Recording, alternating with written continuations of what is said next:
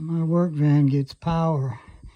It had an outlet, but the inverter was gone. Well, I got this nice trace inverter off that solar system. I put my new one, pure sine wave, in the house. So I'm hooking this up in my work van so I can have power. I think that was like $1,440 when it was new.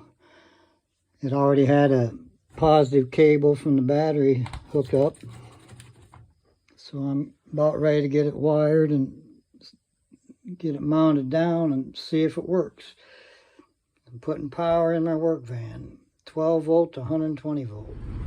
I got my van running. I got my trace inverter hooked up. Here's a 120 volt drill.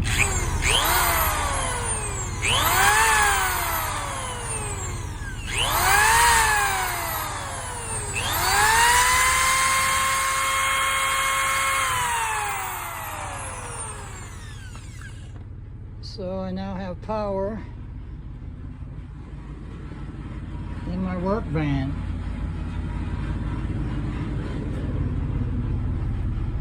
Came with the solar system. Now I'm using it in case I need power when I'm in my van.